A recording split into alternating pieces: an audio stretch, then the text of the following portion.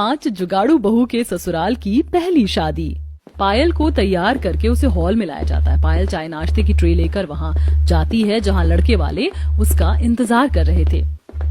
लीजिए आप नाश्ता कीजिए, हमारी बेटी पायल ने सब अपने हाथों से बनाया है। खाना तो बहुत स्वादिष्ट है। हाँ, और लड़की भी बहुत सुंदर है। बहन जी हमें तो रिश्ता मंजूर है। तो बहन जी हमारी तरफ से भी रिश्ता पक्का। बस फिर कोई अच्छा सा मुहूर्त देखकर जल्द ही शादी फिक्स कर देते हैं। चटमंगनी पट ब्याह। इस तरह रिश्ता तय हो जाता है और सब फिक्स करने के बाद जब लड़के वाले वहाँ से चले जाते हैं, ये रिश्ता फिक्स हो गया, अब हमारी ननद की शादी होगी, हम धूमधाम से सब करेंगे। हाँ, हमारे ससुराल की ये पहली शादी है, इसमें हम खूब एंजॉय करेंगे। हाँ दीदी, बहुत मजा आने वाला है। हमें अभी से ही तैयारियां शुरू करनी होंगी। हाँ, कोई कमी नहीं रहनी चाहिए हमारी नंद की शादी में। मेरी शादी के लिए मुझसे ज्यादा एक्साइटेड तो आप सब लग रही हैं। कुछ ज्यादा ही खुश हो रही हैं आप। हाँ, तो खुश कैसे नहीं होंगे, हमारी प्यारी नंद की शादी जो है, और ये हमारे ससुराल की पहली शादी भी है, तो इसमें हम कोई कसर नहीं छोड़ेंगी और हम खूब धमाल करेंगे। 5 भाभियां शादी के लिए बहुत खुश थी और उसकी प्लानिंग कर रही थी। तभी उनकी नजर अपनी सास पर पड़ती है जो थोड़ी उदास थी। क्या बात है मम्मी जी, कोई परेशानी है? हाँ, शादी बरसात के मौसम में फिक्स हुई और बारिश का मौसम है, तो कुछ ना कुछ परेशानी तो जरूर लाएगा। अरे तो क्या हुआ मम्मी जी, एक बारिश ही तो है, इसमें इतना परेशान होने वाली क्या बात है? हम है ना, चिंता मत कीजिए, हम सब संभाल लेंगे। बस उसी दिन से घर में शादी की तैयारियां होनी शुरू हो जाती हैं। घर में खुशी का माहौल छाया हुआ था। सबसे ज्यादा खुशी तो 5 बहुओं को ही हो रही थी कि एक दिन चलिए आज हम शॉपिंग करने चलते हैं। पायल के लिए बहुत सारे कपड़े भी तो खरीदने हैं, उसकी शादी का लहंगा भी लाना है। सिर्फ कपड़े ही नहीं, बहुत सारा सामान खरीदना है। मैंने सारी लिस्ट बना ली है। हाँ ठीक है, जब लिस्ट तैयार हो गई है तो चलो सामान ले ही आते हैं।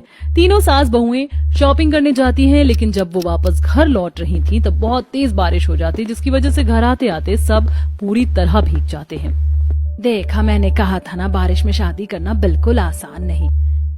कोई बात नहीं मम्मी जी, इसमें परेशानी की क्या बात है, शादी के साथ साथ हम बारिश का भी मजा ले लेंगे। दिन गुजरते हैं और शादी का दिन नजदीक आ रहा था। एक दिन, पायल चलो हम तुम्हारा लहंगा ले आते हैं, अब तक तो सिल भी गया होगा। हाँ भाभी, चलो चलते हैं, मैं भी तो देखूं मेरा लहंगा कैसा बना है। हाँ चलो। दोनों ननद भाभी दर्जी के पास जाती हैं और वहाँ से लहंगा लेने के बाद मार्केट का सारा काम खत्म करके शाम को घर वापस लौटती हैं। फिर अगले दिन जब पायल लहंगा ट्राई करती है, लेकिन उसे लहंगा आता ही नहीं क्योंकि उसका साइज छोटा था। भाभी, मुझे तो ये लहंगा आ ही नहीं रहा है, ये लहंगा तो छोटा है, अब मैं क्या करूँगी भाभी? क्या कहा, लहंगा छोटा है? लेकिन ऐसा कैसे हो सकता है, हमने तो टेलर को सही नाप दिया था। सब टेलर की गलती है, हमें अभी उसके पास जाना चाहिए और अभी इस लहंगे को ठीक करवा कर आते हैं। हाँ, और उस टेलर को अच्छे से सुना कर भी आना, ऐसे कैसे इतनी बड़ी लापरवाही कर सकता है वो।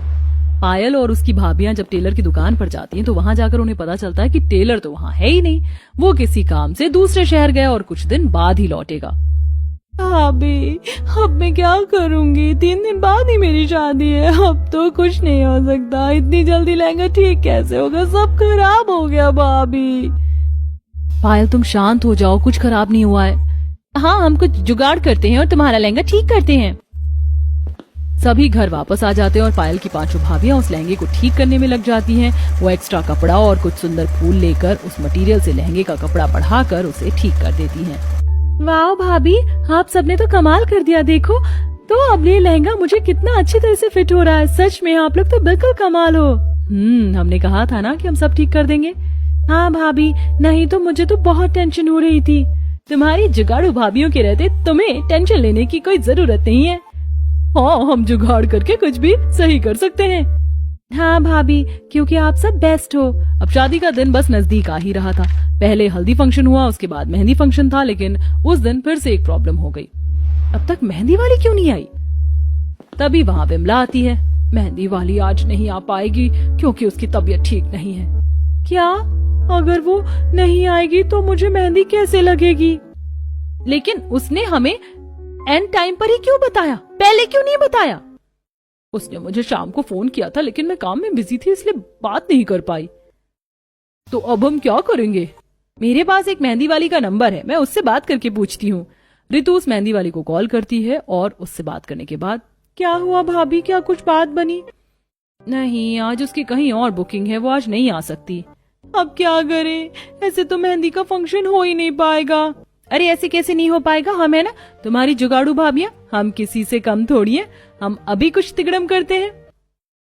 हाँ, इतना काम तो हमें भी करना आता है, तुम चिंता मत करो, हम अभी अपने जुगाड़ से तुम्हें सुंदर सी मेहंदी लगाएंगे।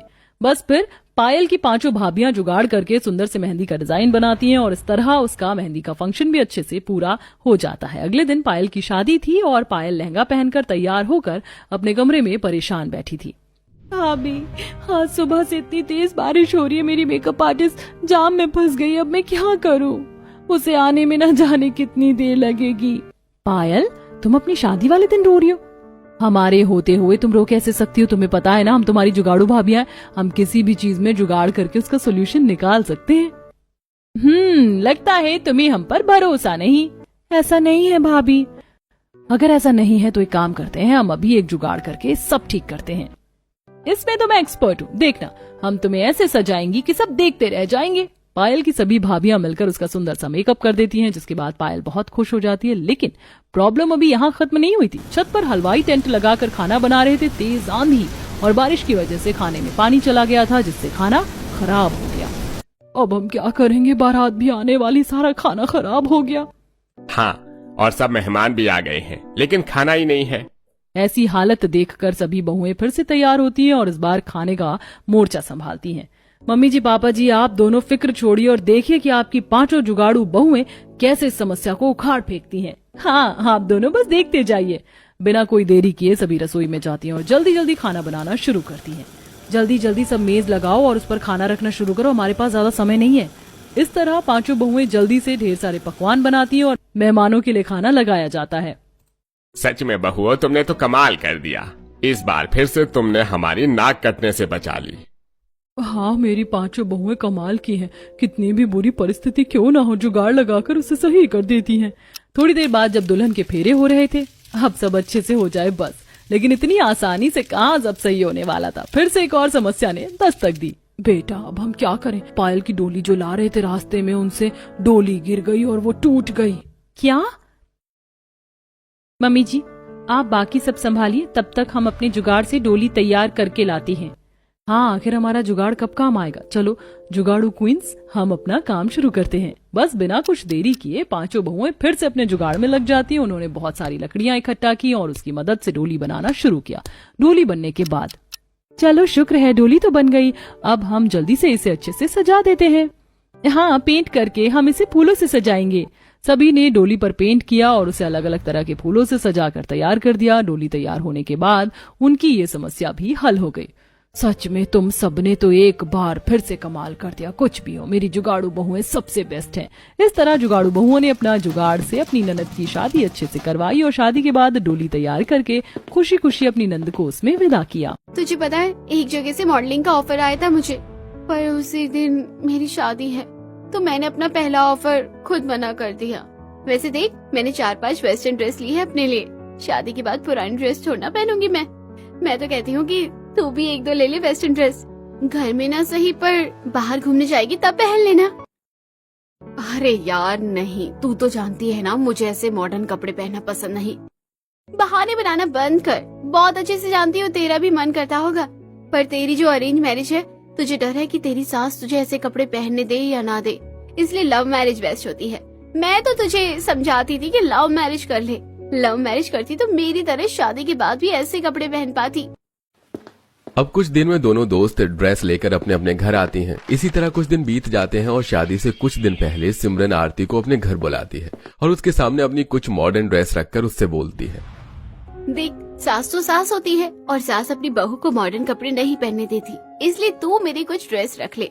जब पति के साथ घूमने जाएगी तो ये कपड़े पहन लेना। मेरी सास मुझे जैसे कपड़े पहनाना चाहेगी मैं पहन लूंगी। मुझे इन कपड़ों की जरूरत नहीं है। मैंने आज से पहले ऐसे कभी कपड़े पहने नहीं है। मुझे तो खुद शर्म आती है। पर तू ऐसा क्यों बोल रही है कि सास सास होती है? तू तो लव मैरिज कर रही है। हाँ, लव मैरिज कर रही हूँ, पर लव मैरिज वाली की सास एक खड़ूस सास होती है। वैसे मैंने विक्रम से बात कर ली है सारी, और मैंने उसे साफ साफ कह दिया है कि शादी के बाद मैं सूट साड़ी ये सब नहीं पहनूंगी, और अगर कभी सूट साड़ी भी पहनूंगी तो स्टाइलिश पहनूंगी। मैं घूंघट में नहीं रहने वाली। बहन जी की तरह, और उसने भी कहा कि वो मेरे साथ है। ये तो बहुत अच्छी बात है। अब तू अपने कपड़े समेट ले, बहुत जल्द एक ही दिन हम दोनों दोस्त की शादी हो जाएगी। पर अच्छी बात यह है कि हम दोनों का ससुराल ज्यादा दूर नहीं है। अगर मुझे मौका मिला या तुझे मौका मिला तो तू मिलने जरूर आना। आरती सिमरन से काफी सारी बातें करके अपने घर जाती है।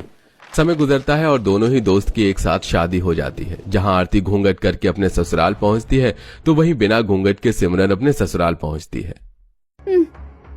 भाभी, ये क्या आपकी नई नई शादी हुई है और आप बिना घूंघट के गाड़ी से उतर गए? बहू, तेरे घर वालों ने कुछ नहीं सिखाया क्या? अभी तेरी मुंह दिखाई भी नहीं हुई है, पहले ही दुनिया को मुंह दिखाने का इरादा है क्या? जल्दी से घूंघट कर। सिमरन, मैं तुम्हारे साथ हूँ, पर कुछ रीति रिवाज भी होते हैं, उन्हें तो पूरा करना ही पड़ेगा ना। रस्मों की बातें सुनकर सिमरन घूंघट कर लेती है। कुछ देर में उसका गृह प्रवेश होता है तो वहीं शोभा अपनी बहू का घूंघट देख उससे बोलती है, बहू, इतनी गर्मी हो रही है और तूने इतना लंबा घूंघट कर रखा है। घूंघट करने की क्या जरूरत है? तुझे देखकर तो हमने अपने बेटे की शादी करवाई है। हाँ भाभी, वैसे भी अब के जमाने में कौन घूंघट करता है? सर पर पल्लू तो भी ठीक है। हटा लो बहू घूंघट, किस्मत वालों को मिलती है शोभा जैसी सास। सभी लोगों के कहने पर आरती अपना घूंघट हटा लेती है। कुछ ही देर में उसका भी गृह प्रवेश होता है और इस तरह पूरा दिन बीत जाता है। अगले दिन दोनों ही बहू की पहली रसोई होती है, इसलिए दोनों ही जल्दी उठकर तैयार हो जाती हैं। जहां आरती साड़ी पहनकर सिर पर पल्लू रखती है तो वहीं स्लीवलेस सूट डालकर बिना चुन्नी के सिमरन नीचे आती है। बहू, ये क्या बेशर्मी है? माना कि तुम्हारी लव मैरिज हुई है, पर इसका मतलब ये तो नहीं कि तुम शादी के अगले ही दिन ऐसे कपड़े पहनो। जल्दी से जाकर कपड़े बदलो। और हाँ, तुम्हारी पहली रसोई रात को होगी। शादी में कुछ रिश्तेदार नहीं आ पाए थे तो इसलिए वो आज आ रहे हैं, तो उनके सामने साड़ी पहनकर ही आना। ठीक है माँ जी, पर इस सूट में क्या दिक्कत है? माँ, भाभी को आए अभी एक दिन भी नहीं हुआ है और वो आपसे सवाल कर रही हैं। बहू, हमारे घर की बहू ऐसे कपड़े नहीं पहनती। अभी तुम्हारी नई नई शादी हुई है, कम से कम शादी के कुछ दिनों तक तो हमारी इज्जत रख लो और ढके हुए कपड़े पहन लो। किसी भी वक्त कोई भी आ जाएगा तुमसे मिलने, और अगर वो तुम्हें ऐसे कपड़ों में देखेंगे तो मेरी क्या इज्जत रह जाएगी उनके सामने? सोचा है कभी? सिमरन, तुम सब कुछ मुझ पर छोड़ दो और अभी जाकर प्लीज ऐसा सूट डालो जिसकी बाजू पूरी हो। तुम्हें मुझ पर विश्वास तो है ना? विक्रम के कहने पर सिमरन जाकर कपड़े चेंज कर लेती है तो वहीं शोभा अपनी बहू की साड़ी देख सिर पर हाथ रखकर उससे बोलती है, हे भगवान, कैसी बहू मिल गई है मुझे। क्या हुआ माँ, तुम ऐसा क्यों बोल रही हो? आरती से कोई गलती हो गई है क्या? बेटा, मेरी बहू आजकल की है और इसे देखो, हमारे जमाने में जी रही है। बहू हमारे जमाने में लड़की शादी करके आती थी, घूंघट करती थी, साड़ी पहनती थी, पर अब की लड़कियां सूट पहनती है, स्टाइलिश कपड़े पहनती है। और एक तुम हो, देखो रात में घर में मेहमान आ रहे हैं, अगर उन्होंने तुम्हें ऐसे साड़ी में सर पर पल्लू देखा तो क्या कहेंगे कि मैं अपनी बहू और बेटी में फर्क करती हूँ, बेटी को छोटे कपड़े पहनाती हूँ और बहू को घूंघट में रखती हूँ।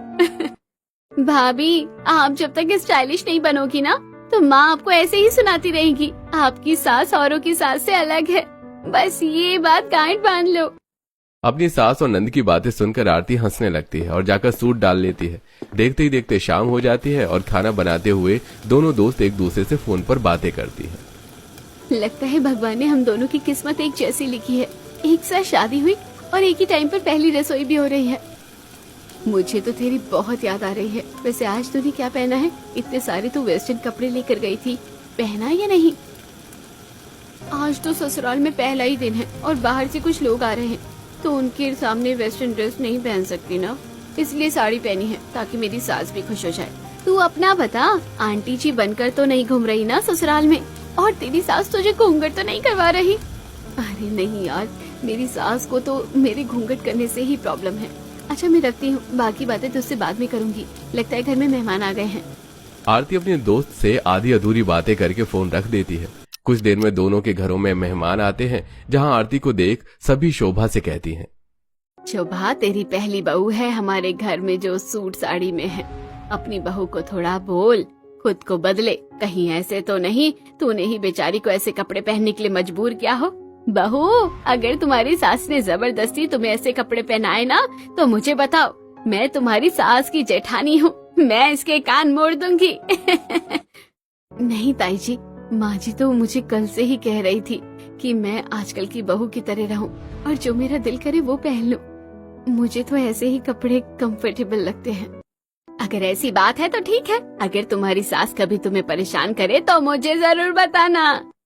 जहां ससुराल में आते ही आरती को काफी सारी खुशियां मिलती हैं, तो वहीं जब साड़ी पहनकर बिना सिर पर पल्लू रखे सिमरन मेहमानों को खाना परोसती है तो शांति की जेठानी शांति को ताने कसती है।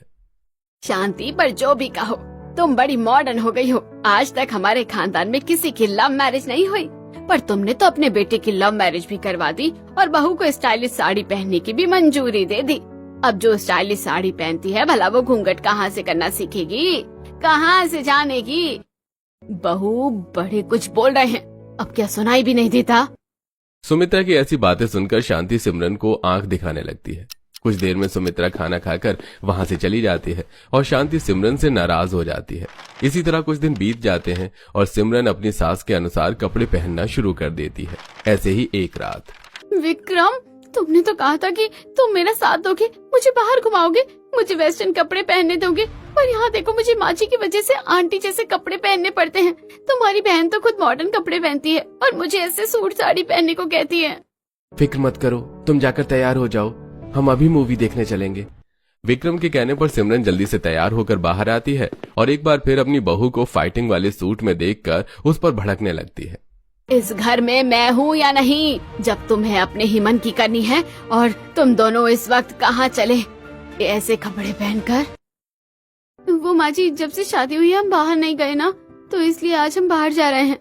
माँ, सही कहा ताई जी ने, भाभी तो हाथ से निकली हुई है और भैया भी सिर्फ भाभी की सुनते हैं। अभी शादी को 1 महीना भी नहीं हुआ और तुम अपने पति के हाथ में हाथ डालकर घर से बाहर जाओगी। जहाँ भी जाना हो रात में जाना, अंधेरे में। मैं नहीं चाहती कि तुम्हारी वजह से मुझे अब गली मोहल्ले वालों के भी ताने सुनने को मिले। शांति सिमरन और विक्रम को बाहर जाने से मना कर देती है, जिस वजह से सिमरन का मूड खराब हो जाता है। तो वहीं करिश्मा और शोभा मैक्सी ड्रेस लेकर आते हैं और आरती को देते हुए कहते हैं, बहू, जब से शादी हुई है कहीं बाहर नहीं गई। हमारी इतनी हैसियत तो नहीं कि तुम्हें हनीमून के लिए बाहर भेज सके, इसलिए आज तुम भी ड्रेस पहनकर कहीं बाहर घूमने चली जाओ। आरती, अब तो माँ ने खुद तुम्हें ड्रेस ला कर दी है, अब तो चलो। अच्छा ठीक है, मैं अभी ड्रेस चेंज करके आती हूँ। आरती ड्रेस चेंज करके आती है और अपने पति के साथ बाहर घूमने जाती है। तो वहीं रात के अंधेरे में सिमरन और विक्रम बाहर घूमने जाते हैं और बाहर जाकर सिमरन कपड़े बदलती है। कितना अच्छा लग रहा है आज मुझे वन पीस पहनकर। पता नहीं कब मैं ससुराल में खुलकर जी पाऊंगी, जैसे मैं जीना चाहती थी। अभी नई नई शादी हुई है, लोगों की नजरों से माँ तुम्हें बचा के रखना चाहती है, पर फिक्र मत करो, 1-2 महीने में सब नॉर्मल हो जाएगा। फिर जैसे तुम बन के रहना चाहती हो वैसे बन के रह पाओगी। आज सिमरन को विक्रम के साथ पूरी रात घूमकर काफी अच्छा लगता है। अब वो लोग घर आते हैं, पर ये सब शांति को अच्छा नहीं लगता। इसी तरह कुछ दिन बीत जाते हैं और विक्रम अपनी माँ से हनीमून जाने की जिद करता है। गलती करी मैंने तेरी लव मैरिज करवा के। अरे चला जाता तू मुझे छोड़कर, अच्छा ही होता। तुम्हारी वजह से पूरी जात बिरादरी में शर्मिंदा होना पड़ रहा है मुझे। माँ, आजकल सब हनीमून पर जाते हैं, मेरे दोस्त यार भी मुझसे पूछते हैं, 2 ही दिन के लिए जाने दो ना। तूने तो कसम खा रखी है, मेरी तो बात नहीं मानेगा। जहाँ जाना है जाओ, पर सिर्फ 2 दिन के लिए। बड़ी मुश्किल से शांति उन्हें हनीमून भेजने के लिए राजी होती है। अगले ही दिन विक्रम और सिमरन हनीमून के लिए पहाड़ों पर जाते हैं, जहाँ सिमरन अपनी महंगी वेस्टर्न ड्रेस पहनती है और अपने पति के साथ ट्रैकिंग करती है। मैं सही थी, लव मैरिज के बहुत फायदे हैं। अगर अरेंज मैरिज करती तो पति भी नहीं सुनता, पर यहाँ तो मेरा पति भी मेरी सुनता है। सुनना तो पड़ेगा ही, तुमसे वादा जो किया था। विक्रम, वो देखो मैगी, पहाड़ों की मैगी खाने का मजा ही कुछ और है। अपने पति के साथ सिमरन पहाड़ों की मैगी खाती है और काफी सारी फोटोज लेती है। 2 दिन के बाद अपने हनीमून से वापस आती है और अपने दोस्त को फोन करके सारी बात बताती है। ये तो बहुत अच्छी बात है, तेरे सपने पूरे हो रहे हैं। वैसे हम दोनों का ससुराल पास में ही है, कभी मौका मिले तो मिलने के लिए आना, तेरी बहुत याद आती है। जरूर आऊंगी, बस थोड़ा सब्र कर। अगर तू नहीं आ पाएगी तो मुझे बता देना, मैं आ जाऊंगी। अरे मैंने तुझे बोल दिया है ना, मैं आ जाऊंगी। चल अच्छा, मैं रखती हूँ। सिमरन फोन रखकर फिर से अपनी सास के हिसाब से कपड़े पहनकर घर के काम करने लगती है। समय गुजरता है और एक दिन जब शांति और काजल घर में नहीं होते तो सिमरन घूंघट करके अपनी दोस्त से मिलने उसके घर जाती है और उसके घर में जाकर अपना घूंघट हटाती है। ये क्या, तू मुझसे मिलने के लिए घूंघट करके आई है? पर तू तो कह रही थी कि शादी के बाद तू अपने हिसाब से कपड़े पहनेगी, फिर ये घूंघट। और यार, अभी नई नई शादी हुई है ना, तो सास के हिसाब से चलना ही पड़ेगा। पर विक्रम ने बोला है कि ये सिलसिला ज्यादा दिन नहीं चलेगा, बस थोड़ी सी पुरानी हो जाओ तो इस घूंघट से भी छुटकारा मिलेगा। पर एक मिनट, तेरा ड्रेसिंग सेंस तो पहले से काफी चेंज हो गया है। ये सब मेरी सास और ननद की मेहरबानी है। उनको बिल्कुल भी नहीं पसंद जब मैं घूंघट करती हूँ या बहन जी की तरह साड़ी पहन के रहती हूँ। उनका कहना है कि आजकल की बहुएं बहुत एडवांस है और मैं भी थोड़ी मॉडर्न बनकर रहूं। आरती की बात सुनकर सिमरन काफी हैरान होती है और अपने घर जाती है और बाहर से सिमरन को आता देख शांति उस पर नाराज होती है। मैं 10 मिनट के लिए घर से बाहर क्या गई, तूने अपनी मनमानी शुरू कर दी। आने दे, आज मैं विक्रम को बताऊंगी तेरी इन हरकतों के बारे में। पर माँ जी, मैं घूंघट करके गई थी। रहने दो भाभी, जब आप बिना पूछे घर से बाहर जा सकती हो तो बाहर जाकर घूंघट हटाना आपके लिए कौन सी बड़ी बात होगी। आप चाहती ही हैं कि लोग माँ को ताने दें। अपनी नंद और सास की ऐसी बातें सुनकर सिमरन रोती हुई ऊपर जाती है और घर आते ही शांति अपने बेटे के कान भरती है। समय गुजरता है और एक दिन जब सिमरन छत पर घूंघट में कपड़े डाल रही होती है तो उसकी नजर नीचे जाती है और वो देखती है कि उसकी दोस्त अपने पति के साथ हाथ पकड़कर बाहर घूमने के लिए जा रही है। आरती तो एक सिंपल जिंदगी जीना चाहती थी। उसने तो कभी सोचा ही नहीं था कि उसका ससुराल इतना अच्छा होगा। गलती करी मैंने लव मैरिज करके। ससुराल वालों को खुश करने के चक्कर में मैंने अपनी खुशियाँ खत्म कर ली हैं। अपनी दोस्त को खुश और एक आजाद जिंदगी जीता देख सिमरन को काफी बुरा लगता है। ऐसे ही एक रात, विक्रम, और कब तक मुझे बहन जी की तरह साड़ी पहनना होगा, घूंघट में रहना होगा? माँ जी तो मुझे घर से बाहर भी नहीं जाने देती। तुमने मुझसे वादा किया था कि मैं अपने हिसाब से कपड़े पहन सकती हूँ, जिंदगी जी सकती हूँ, पर यहाँ तो कुछ ऐसा ही नहीं हो रहा है। सिमरन, तुम क्या चाहती हो कि मैं तुम्हारी वजह से माँ से लड़ूं? हमारे घर के जो रीति रिवाज हैं वो तुम्हें अपनाने ही पड़ेंगे। शादी के बाद हर किसी को कॉम्प्रोमाइज करना पड़ता है, तुम्हें भी करना होगा। विक्रम अपने सारे वादे भूल जाता है और उल्टा सिमरन को ही सुनाना शुरू कर देता है। समय गुजरता है और एक दिन कमरे में बैठकर सिमरन फोन चला रही होती है और वो देखती है कि उसकी दोस्त ने अपने पति के साथ मॉडर्न कपड़े में फोटो डाली है। ये देख वो अपने हनीमून की फोटो देखने लगती है और कुछ फोटो अपलोड कर देती है। फोटो अपलोड करने के 1 घंटे बाद शांति की जेठानी शांति को फोन करती है। शांति, मुझे लगा था कि सिर्फ तुमने अपनी बहू को घर में छूट दे रखी है, पर मैं ये नहीं जानती थी कि तुमने अपनी बहू को इतनी छूट दे रखी है कि वो बाहर ऐसे छोटे कपड़े पहनती है और अपने पति के साथ ऐसे फोटो सोशल मीडिया पर अपलोड कर रही है। सुमित्रा की बात सुनकर शांति पूरा घर सिर पर उठा लेती है और विक्रम के आते ही सिमरन को खरी खोटी सुनाने लगती है। मैं तो पहले से ही जानती थी इसके चाल चलन ठीक नहीं है। जो लड़की मॉडलिंग करना चाहती हो वो भला ससुराल कैसे संभाल सकती है? इसने तो हमारी इज्जत की धज्जियां उड़ा रखी है। कैसी फोटो सोशल मीडिया पर अपलोड की है इसने। लोग मुझे फोन करके बोल रहे हैं, बता अब तू हमारी इज्जत क्या रही। विक्रम, सुन क्या रहे हो? माँ को बताओ कि मैंने तुम्हारे साथ ही फोटो डाली है और इसमें गलत क्या है? सिमरन, हमारे घर की बहू को इतनी छूट नहीं है जितनी तुम्हें मिली है और हमारे घर की बहू सोशल मीडिया पर अपनी फोटो नहीं डालती और मैंने तुम्हें मना किया था हनीमून की फोटो अपलोड ना करने को। अभी डिलीट करो। बस बहुत हो गया, और तुम लोगों की मनमानी बर्दाश्त नहीं कर सकती मैं। ससुराल में जाकर ससुराल के हिसाब से ढलना पड़ता है, पर इसका मतलब ये नहीं कि मैं जीना ही छोड़ दूं। देखा बेटा, इसकी जुबान कितनी ज्यादा चलने लगी है। शादी के 2 महीने हुए नहीं कि ये हमारे साथ ऐसे पेश आ रही है। सोच, 2 साल बाद ये हमारा क्या हाल करेगी। सिमरन, इस घर में रहने के लिए तुम्हें माँ के हिसाब से ही चलना होगा। अगर मुझे माँ जी के हिसाब से अपनी जिंदगी जीनी है तो मुझे यहाँ नहीं रहना। मैं जा रही हूँ ये घर छोड़कर, क्योंकि अब मेरा यहाँ दम घुटने लगा है। गुस्से में सिमरन घर छोड़कर अपने मायके आ जाती। समय गुजरता है और काफी दिनों तक जब आरती की सिमरन से बात नहीं होती और उसे पता चलता है कि सिमरन अपने मायके आई है तो अपनी दोस्त से मिलने के लिए वेस्टर्न ड्रेस में सिमरन के घर जाती है, जहां वो देखती है कि सिमरन की माँ भी उसे ताने दे रही है। और करो लव मैरिज अपनी पसंद से। अपनी पसंद से की थी ना शादी, क्या हुआ? 2 महीने भी घर नहीं चला पाई। हमारी पसंद से की होती तो आज ससुराल में राज कर रही होती, और तुम्हारे साथ अगर कुछ भी गलत होता तो हम तुम्हारे साथ खड़े होते। अब क्या मुंह लेकर जाएगा अपने ससुराल? बोझ बनकर बैठी है वहाँ पर भी।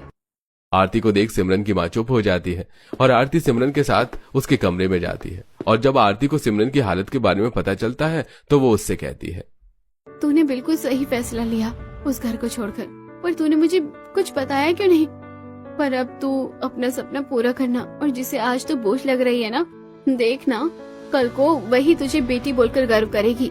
सही कह रही है तू। बहुत कुछ कर लिया मैंने इन लोगों के लिए। अब मैं खुद को खुश रखूंगी। अब मैं दिखाऊंगी सबको कि मैं अकेली खुश हूँ। आरती के कहने पर सिमरन एक बार फिर मॉडलिंग के लिए अप्लाई करती है और काफी जगह से उसे ऑफर आने भी शुरू हो जाते हैं। समय गुजरता है और एक दिन शांति अपने पूरे परिवार के साथ अपनी देवरानी के बेटे की रिसेप्शन पार्टी में जाती है, जहां वो देखती है कि उसकी देवरानी की बहू ने अपने रिसेप्शन पार्टी पर वन पीस पहना है और वो अपने पति के साथ मेहमानों से मिल रही है और उनके साथ वो ड्रिंक कर रही है। इस पार्टी में आरती का परिवार भी होता है और सुमित शांति से कहता है, आपका भतीजा मेरा दोस्त है, उसने भी लव मैरिज करी है, पर देखो अपनी देवरानी को, उसने अपनी बहू के साथ वो सलूक नहीं किया जो आपने किया। जब मुझे आरती ने सिमरन के बारे में बताया तो मुझे बहुत बुरा लगा। आप जिस रिश्तेदार की बात सुन रही हैं, उन्होंने अपनी बहू के लिए और दूसरों की बहू के लिए कितने अलग नियम बना रखे हैं। आप लोगों ने जो मेरी दोस्त के साथ किया वो बिल्कुल सही नहीं था। आप लोगों ने उसके सपने मार दिए। देखिए, जिस रिश्तेदार को दिखाने के लिए आपने मेरी दोस्त के साथ इतना बुरा किया, आज उन्हें ही आपसे या समाज से कोई फर्क नहीं पड़ा।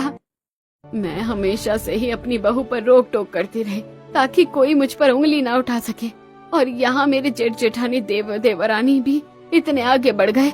मेरी बहू ने एक फोटो अपलोड करी तो उन्होंने मेरे घर में फूट डाल दी, और आज उनकी बहुएं।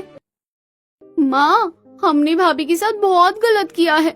हमें उनसे माफी मांगनी चाहिए और उन्हें वापस बुला लेना चाहिए और उन्हें उनकी जिंदगी उनके हिसाब से जीने देने चाहिए। उस दिन शांति और उसके परिवार को अपनी गलती का एहसास होता है और वो लोग पार्टी से सिमरन के पास जाते हैं। बहू, मुझे माफ कर दे और घर वापस चलो। तुझे जो कपड़े पहने हैं पहना। जिन लोगों से डर कर मैंने तुझे तेरे ऊपर पाबंदी लगाई, आज मैंने देखा वही लोग खुलकर जिंदगी जी रहे हैं। मुझे माफ कर दे बहू, मुझसे बहुत गलती हो गई है। मुझे अपनी गलती का एहसास हो चुका है। सिमरन, मुझे भी माफ कर दो। तुम्हारा असली गुनहगार मैं हूँ। मैंने तुम्हें बड़े बड़े सपने दिखाई, तुमसे वादा किया, और जब उन्हें पूरा करने का समय आया तो मैं खुद। आप लोग मुझे इसी तरह से अपनाना चाहते हैं, ये जानकर मुझे बहुत खुशी है। मैं भी यही चाहती हूँ कि सबसे पहले सब ठीक हो जाए, और अगर आप लोगों को मेरे कपड़ों से दिक्कत नहीं हुई तो मुझे भी किसी चीज से कोई दिक्कत नहीं है। सिमरन की जिंदगी में अब सब ठीक हो जाता है और वो फिर से अपने ससुराल जाती है, अपने हिसाब से कपड़े पहनती है।